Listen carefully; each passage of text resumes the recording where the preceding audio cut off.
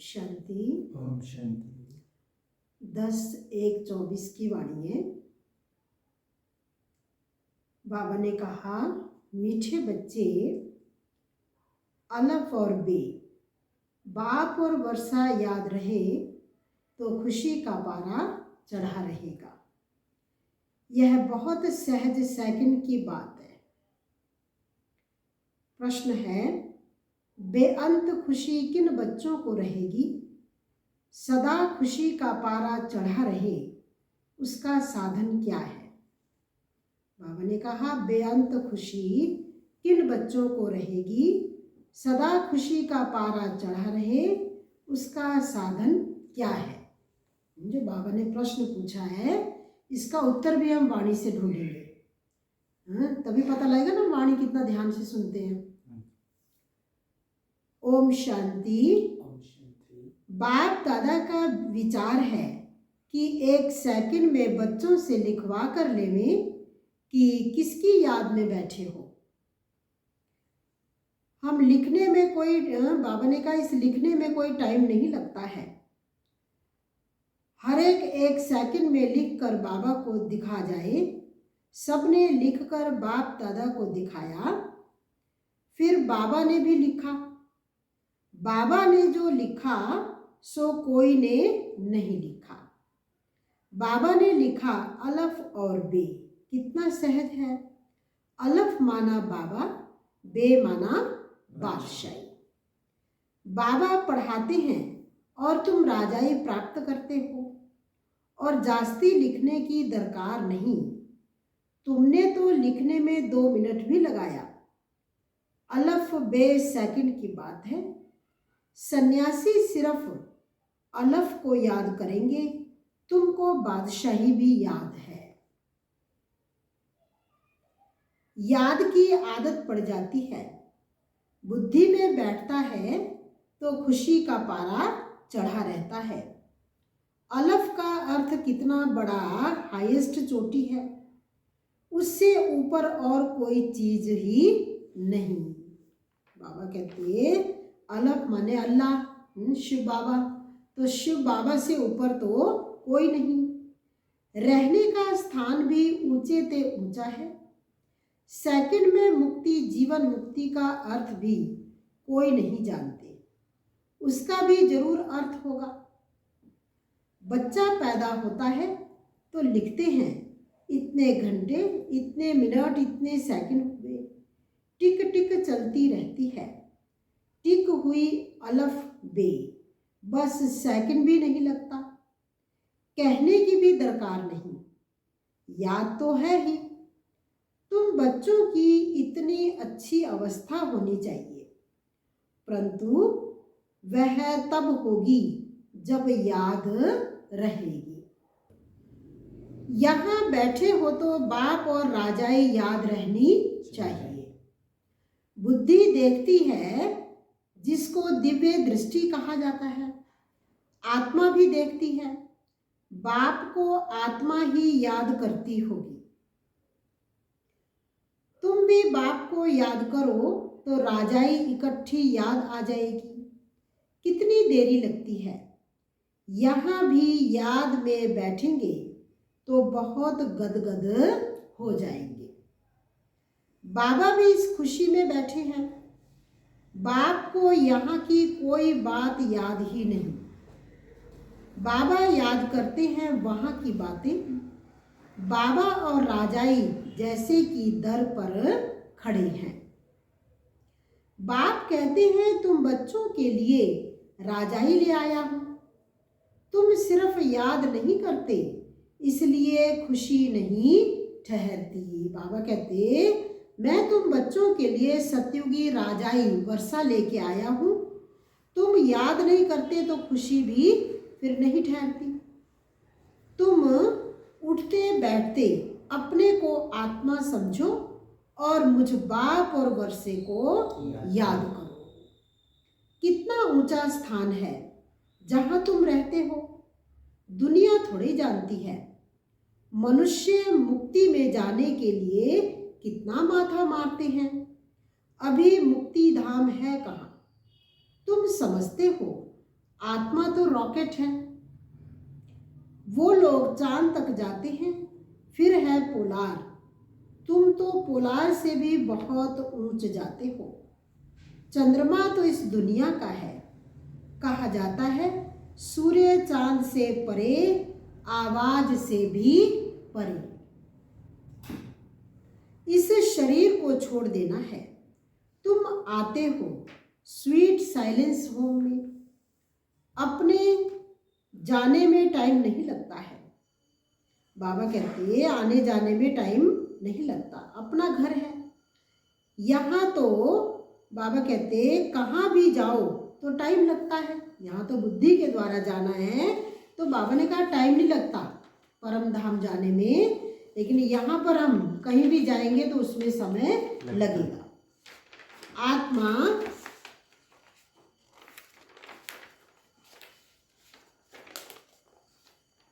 आत्मा शरीर छोड़ती है तो सेकंड में कहाँ का कहाँ चली जाती है। एक शरीर छोड़ दूसरे में जाकर प्रवेश करती है। तो आत्मा, बाबा कहते तो अपने को आत्मा समझना है। तुम बहुत ऊंच चोटी पर जाते हो। मनुष्य शांति चाहते हैं।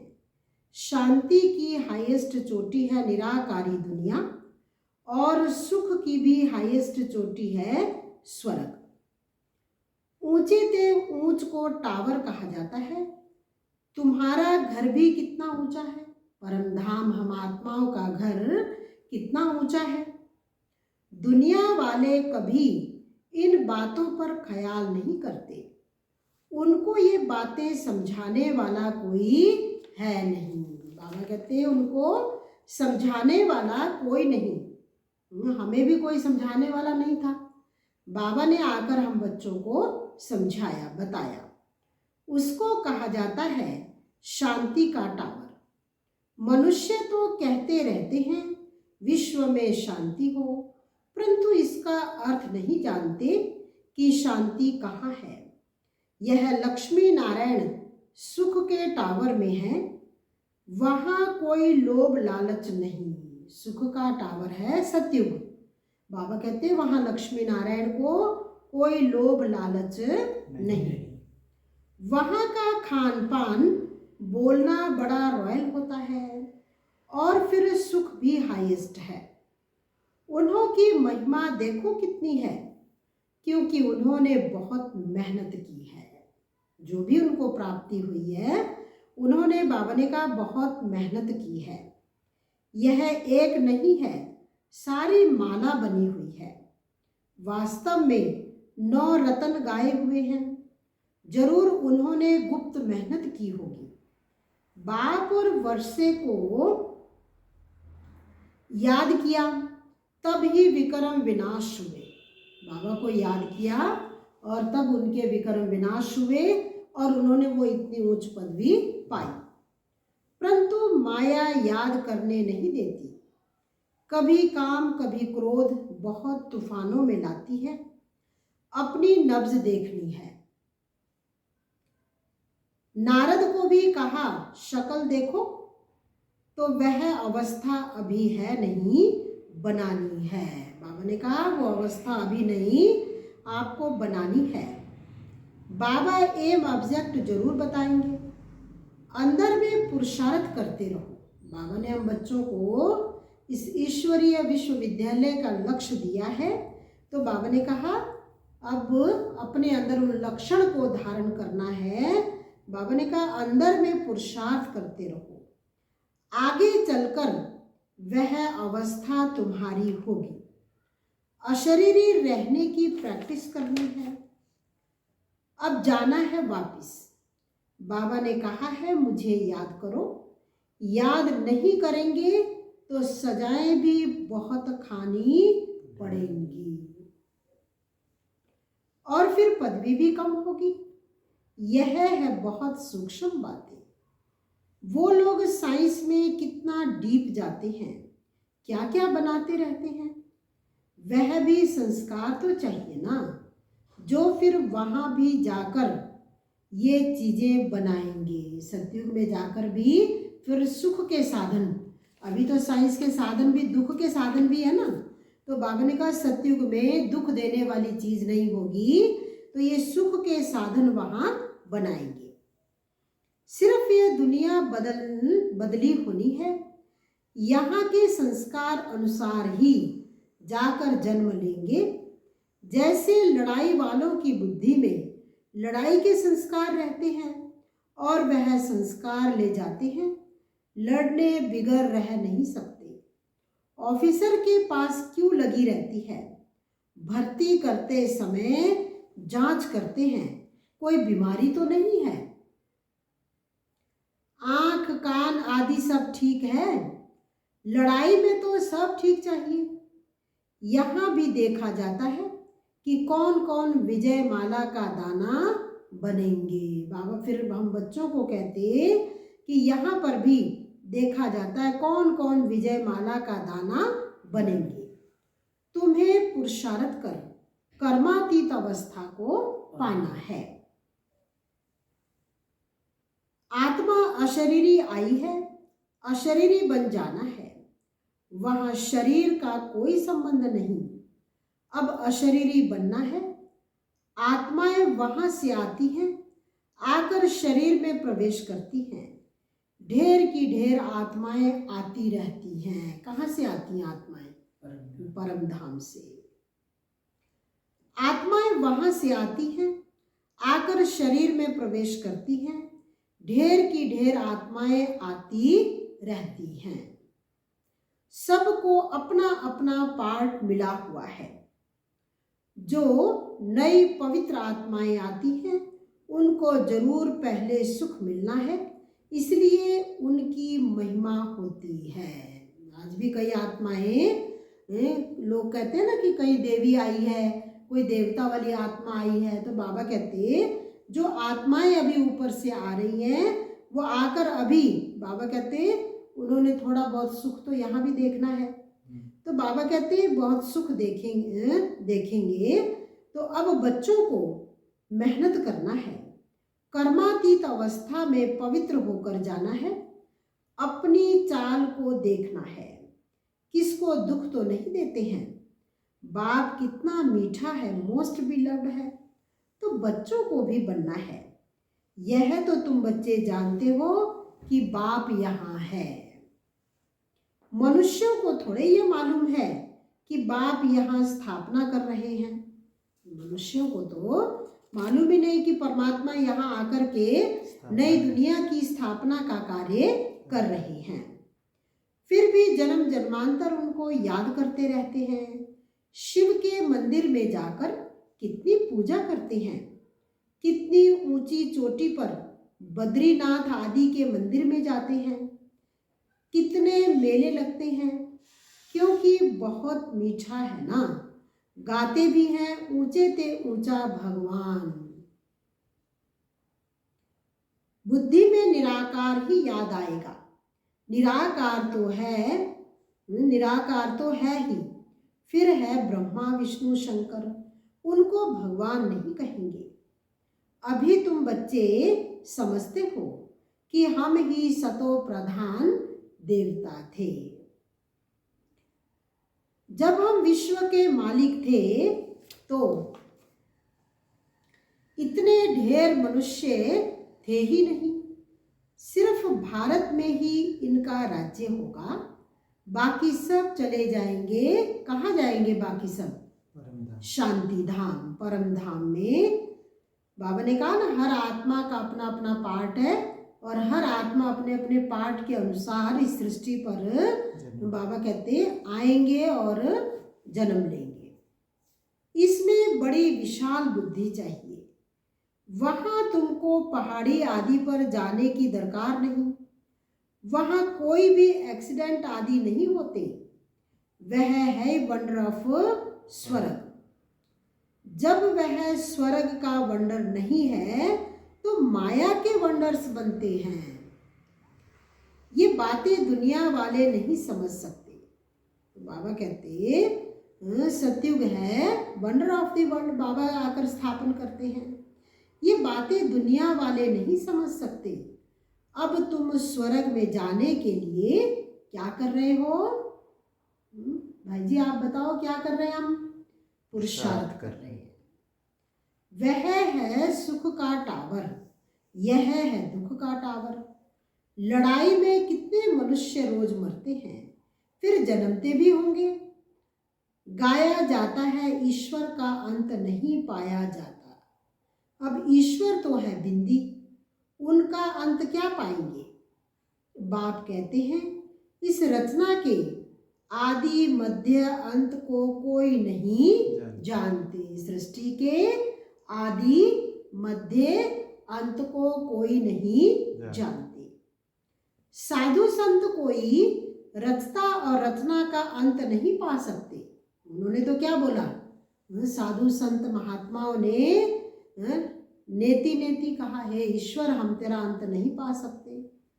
तुमको बाप पढ़ाते हैं, इसको पढ़ाई कहा जाता है। जो बाबा बच्चों को पढ़ा रहे हैं इसको पढ़ाई कहा जाता है।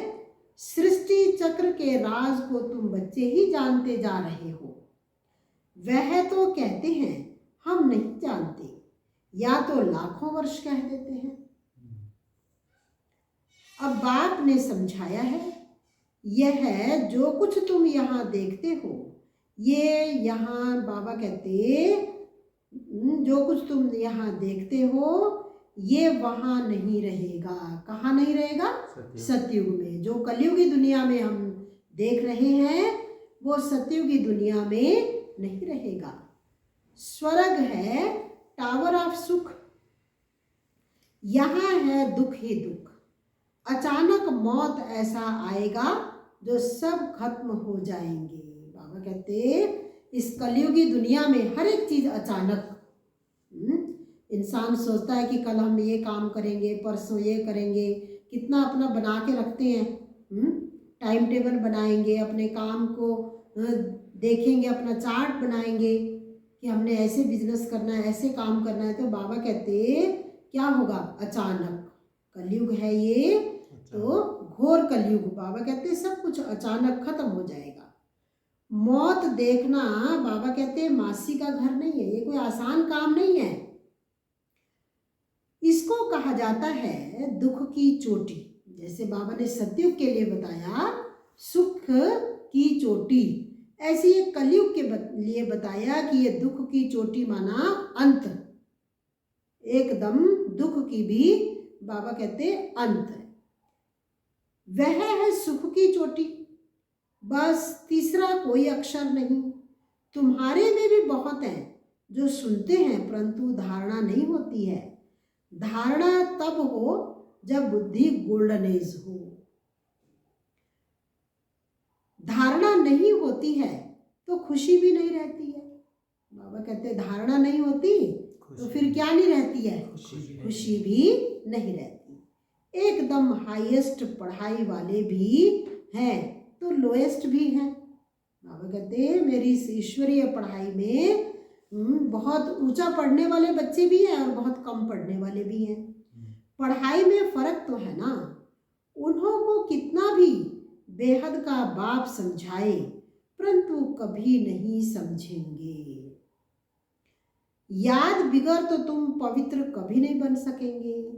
बाप ही चुंबक है, वह एकदम हाईएस्ट पावर वाला है, उस पर कभी कट नहीं चढ़ सकते। हम आत्माएं, हम मनुष्य आत्माएं जन्म मरण के चक्कर में आते हैं तो हम आत्माओं पर पाप और पुण्य का लेप क्षेप लगता है, पाप की कट चढ़ती है। तो बाबा कहते हैं लेकिन मेरे पर कभी पाप की कट नहीं चढ़ती। परमात्मा के लिए हम पाप परमात्मा पुण्य परमात्मा नहीं कहेंगे, आत्मा के लिए हमेशा कहा जाता है पापात्मा, पुण्यात्मा, धर्मात्मा, महात्मा, देवात्मा। क्योंकि जो कुछ भी हम कार्य करते हैं पाप और पुण्य, अच्छा या बुरा, उसका जो लेप क्षेप है वो आत्मा पर ही लगता है। अगर शरीर पर लगे तो कभी भी हम ये नहीं कहेंगे पाप शरीर पुण्य शरीर। अगर पाप शरीर पर लगे, पुण्य शरीर पर लगे तो फिर जब शरीर जल जाता है तो पाप और पुण्य सब जल जाते हैं। फिर हम अगले जन्म में क्यों कहते हैं ये अपने पिछले जन्मों का हिसाब लेकर आया है। पिछले जन्म में कोई अच्छा कर्म किया तो अच्छे घर में जन्म लिया, पिछले जन्म में कोई बुरा काम किया तो बुरे घर में जन्म लिया। तो बाबा कहते मेरे पर तो कोई भी पाप और पुण्य का लेप क्षेप नहीं लगता, परमात्मा सदा एक रस है। तो बाबा कहते उन पर कभी कट चढ़ नहीं सकती, बाकी सब पर कट चढ़ी हुई है, उनको उतार फिर सतो प्रधान बनना है। बाप कहते हैं माम एकम याद करो, और कोई से बाबा कहते ममत्व नहीं रहे। माम एकम, मन मन से मुझे एक को याद करो। साहूकारों को तो सारा दिन धन दौलत ही सामने आता रहेगा। बाबा को याद करने बैठेंगे, परमात्मा को याद करने बैठेंगे तो फिर क्या याद आएगा? धन दौलत। गरीबों को तो कुछ है नहीं, परंतु गरीब भी कुछ समझदार हो तो धारणा कर सके। याद बिगर किचड़ा कैसे निकलेगा? आत्मा के अंदर कई जन्मों के पाप का किचड़ा है, तो वो फिर बाबा की याद के बिना कैसे निकलेगा? हम पवित्र कैसे बनेंगे?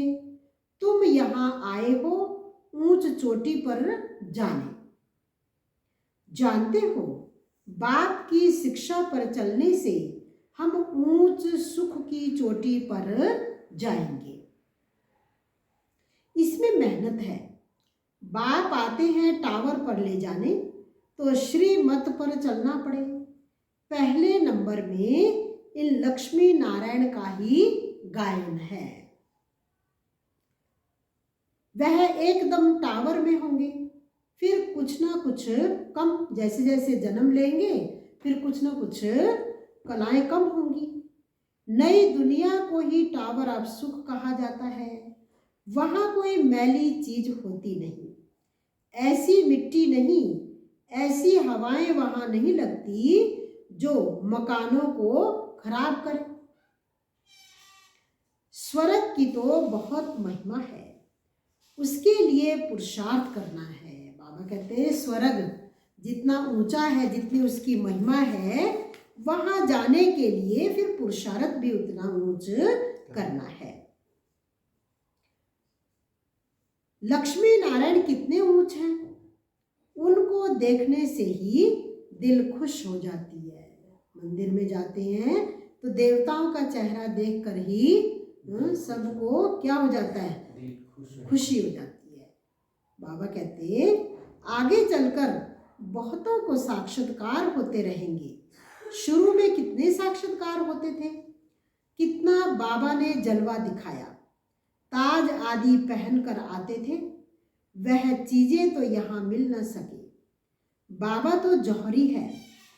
आगे जो 50,000 की मणि लेते थे वह अब 50 लाख में भी ना मिले।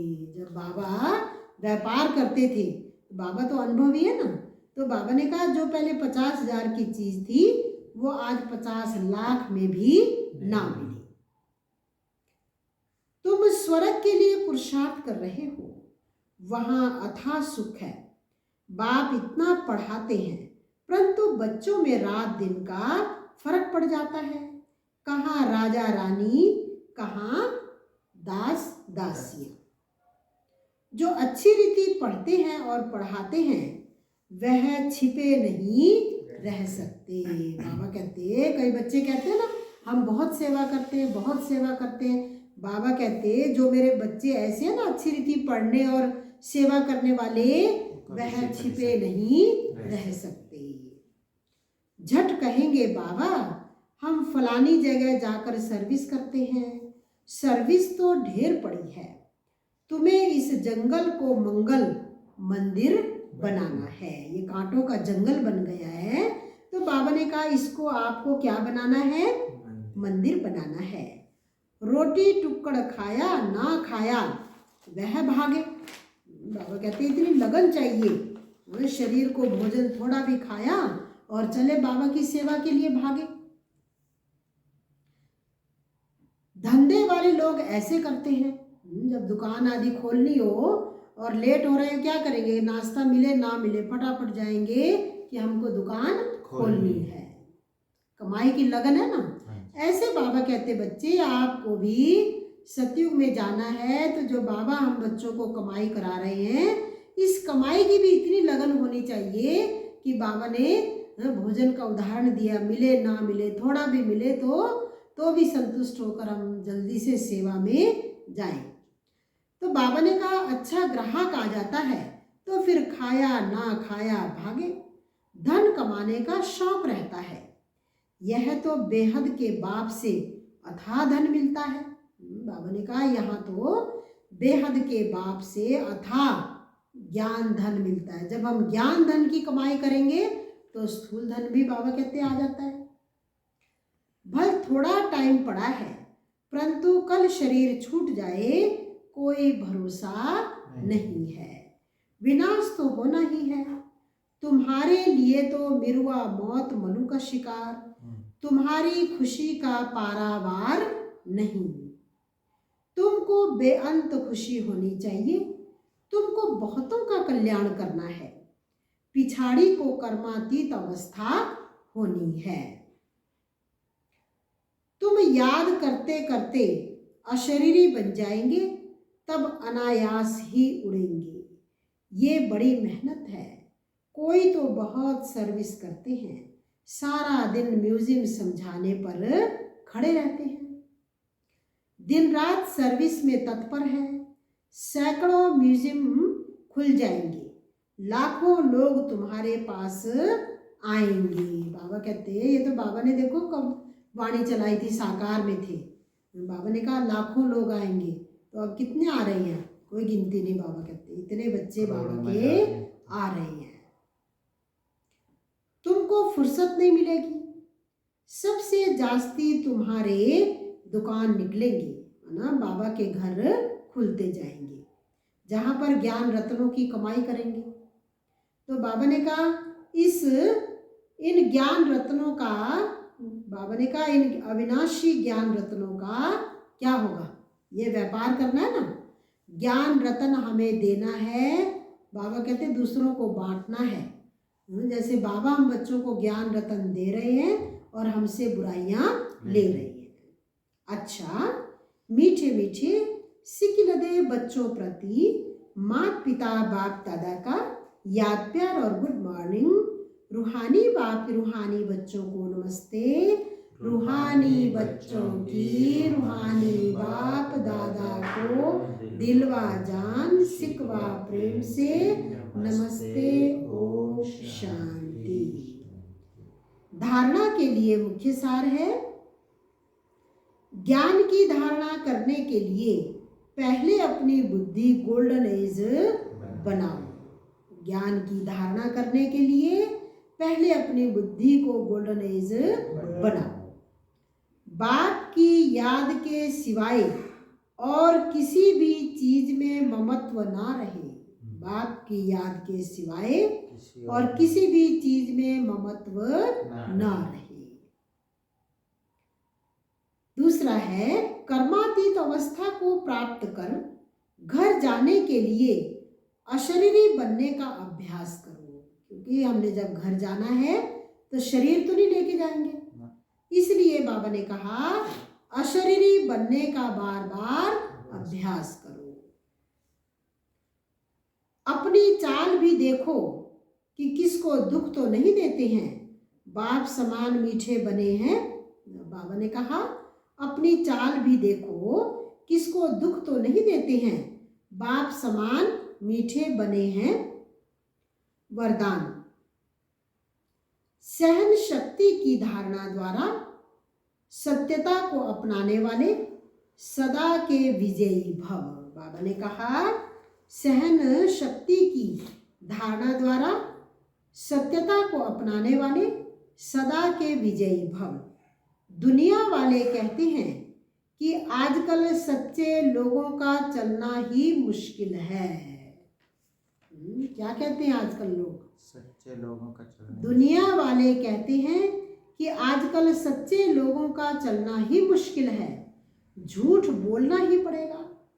कई ब्राह्मण आत्माएं भी समझती हैं कि कहाँ कहाँ चतुराई से तो चलना ही पड़ता है। लेकिन ब्रह्मा बाप को देखा, सत्यता व पवित्रता के लिए कितनी अपोजिशन हुई, फिर भी घबराए नहीं। ब्रह्मा बाबा के आगे तो कोई एग्जाम्पल भी नहीं था। आज हमारे सामने तो देखो ब्रह्मा बाबा है ना, तो शिव बाबा ने क्या कहा, ब्रह्मा बाप के कदम पर कदम रखो। और देखो कदम पे कदम रखना भी मुश्किल लगता है, तो बाबा इससे ज़्यादा क्या करेंगे हम बच्चों के लिए। तो बाबा ने कहा तब भी घबराए नहीं। सत्यता के लिए सहन शक्ति की आवश्यकता होती है। जब हमारे अंदर सहन शक्ति की कमी होती है तब हमें छोटी छोटी बात भी मुश्किल लगती है। तो बाबा ने कहा सहन करना पड़ता है, झुकना पड़ता है, हार माननी पड़ती है, लेकिन वह हार नहीं सदा की विजय है। बाबा कहते हैं अगर झुकना पड़ता है, हार माननी पड़ती है, तो बाबा कहते हैं ये आपकी हार नहीं है, ये आपकी जीत है। स्लोगन है प्रसन्न रहना और प्रसन्न करना, वह है दुआएं देना दुआएं लेना। बाबा कहते प्रसन्न रहना प्रसन्न करना, ये है दुआएं देना दुआएं लेना। अव्यक्ति साइलेंस द्वारा डबल लाइट फरिश्ता स्थिति का अनुभव करो। मेरा तो एक शिव बाबा और मेरा सब कुछ इस एक मेरे में समा जाए। बाबा ने कहा मेरा तो एक बाबा और मेरा बाबा सब कुछ एक इसमें समा जाए। जहाँ चाहो, जैसे चाहो, जितना समय चाहो उतना समय मन एकाग्र हो जाए, इसको कहा जाता है मन वश में है। जितना समय जहाँ चाहे वहाँ मन एकाग्र हो जाए, इसको कहा जाता है मन वश में है। इस एकाग्रता अर्थात एक रस स्वीट साइलेंस की स्थिति द्वारा सहज ही डबल लाइट फरिश्ता स्वरूप की अनुभूति होती है। प्रश्न बाबा ने पूछा था, उत्तर मिला। बाबा ने प्रश्न पूछा था बेअंत खुशी किन बच्चों को रहेगी, सदा खुशी का पारा चढ़ा रहे, इसका साधन क्या है। बाबा ने पूछा था ना प्रश्न, मिला उत्तर। तो मिला उत्तर आपको भाई जी। तो बाबा ने कहा जो बच्चे अशरीरी बनने का अभ्यास करते, बाप जो सुनाते हैं उसको अच्छी रीति धारण कर दूसरों को कराते हैं, उन्हें ही बेअंत खुशी रह सकती है। खुशी का पारा सदा चढ़ा रहे, इसके लिए अविनाशी ज्ञान रत्नों का दान करते रहो। जितना दान करेंगे, स्थूल रूप में भी जब हम किसी को कोई चीज़ देते हैं तो कितनी खुशी मिलती है। तो बाबा ने कहा जो अशांत आत्माएं, दुखी आत्माएं हैं, उनको ज्ञान रत्नों का जितना दान करेंगे उतना हमारे अंदर खुशी आती जाएगी। तो बाबा कहते हैं बहुतों का कल्याण करो, सदा ये स्मृति रहे हम अभी सुख और शांति की चोटी पर जा रहे हैं, तो खुशी रहेगी। सारथा मीठे बच्चे, अलफ और बे, बाप और वर्षा याद रहे तो खुशी का पारा चढ़ा रहेगा। यह बहुत सहज सेकंड की बात है। ओम शांति।